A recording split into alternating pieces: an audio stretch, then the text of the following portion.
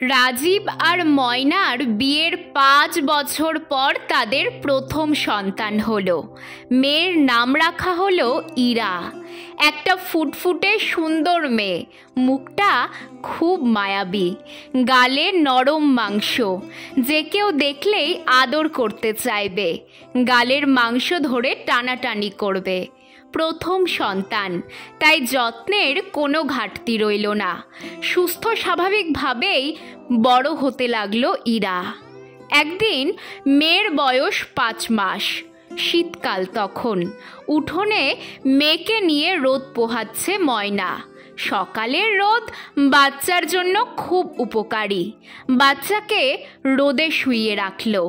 হঠাৎই সেখানে আসলো পাশের বাড়ির রাজু। সম্পর্কে ইরার কাকা হয় রাজু। এসেই ইরাকে কোলে নিল, আদর করতে লাগলো, হাসানোর চেষ্টা করলো। কিছুক্ষণ পর সে ইরাকে আকাশের দিকে ছেড়ে দিয়ে আবার বল ক্যাচ ধরার মতো করে ধরছে। এতে যেন ইরা আরও খুশি হচ্ছে। ময়নাও দেখে হাসছে। মেয়ে হাসলে যে কোনো মায়েরই ভালো লাগে। ময়নারও ভালো লাগছে। আর রাজুই কেন, অনেকেই তো এভাবে খেলা করে বাচ্চাকে নিয়ে। রাজু আবার ইরাকে আকাশের দিকে ছেড়ে দিল।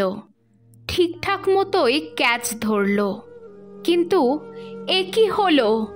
ইরা হাসছে না, চোখ বন্ধ করে আছে। রাজু ভয় পেয়ে গেল, ময়নাকে ডাক দিল। ময়না দৌড়ে এসে কোলে নিল ইরাকে।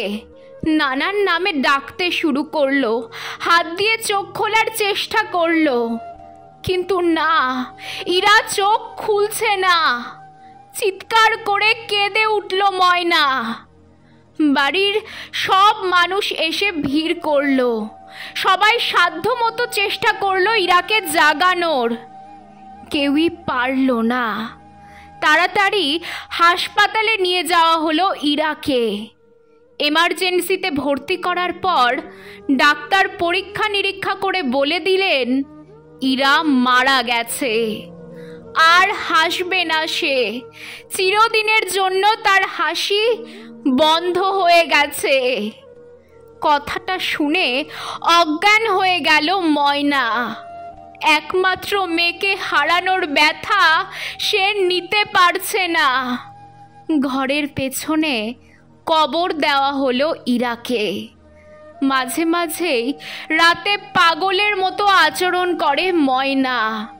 মেয়ের কবরের কাছে দৌড়ে চলে যায়, বিড়বিড় করে কথা বলে।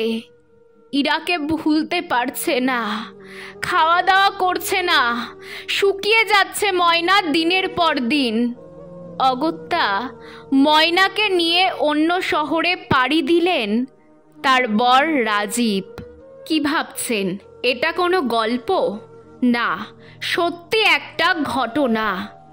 এর আসল ব্যাখ্যা কি জানেন? শুনুন তাহলে। বাচ্চাদের আকাশে তুলে আবার কোলে নিয়ে আমরা অনেক আনন্দ পাই, বাচ্চারাও পায়। কিন্তু বাচ্চাদের শরীরের অঙ্গ প্রত্যঙ্গ ম্যাচিওর হতে অনেক দিন সময় লাগে। খুব সহজেই সেগুলো আঘাতপ্রাপ্ত হতে পারে। ইরাকে যখন বারবার ওপরে তোলা হচ্ছিল, তখন গ্র্যাভিটির এগেইনস্টে তাকে বারবার ওপরে তোলায় তার ব্রেনের সাথে মাথার খুলির হাড্ডির বারবার ধাক্কা লাগছিল। যেহেতু তার ব্রেনটাও নরম আর মাথার হাড়টাও নরম, তাই হাড়ের সাথে বারবার ধাক্কা লেগে তার ব্রেনের ধমনী ছিঁড়ে যায়। ধমনী শিরাতে রক্ত চলাচল করে। ব্রেনের ধমনী ছিঁড়ে রক্তক্ষরণ শুরু হয় মাথার ভেতরে। রক্তে থাকে গ্লুকোজ। গ্লুকোজ না পেলে ব্রেন 4-5 মিনিটের মধ্যেই মারা যায়, সাথে জীবন্ত মানুষটাও। রক্ত সব ধমনী দিয়ে বের হয়ে আলটিমেটলি ব্রেন ডেথ হয় ছোট্ট ইরার। তাই এসব ব্যাপারে জানুন, সতর্ক হন, নিজে বাঁচুন এবং অন্যকে বাঁচান, অন্যদেরও জানান, আর আপনার বাচ্চাকেও বাঁচান।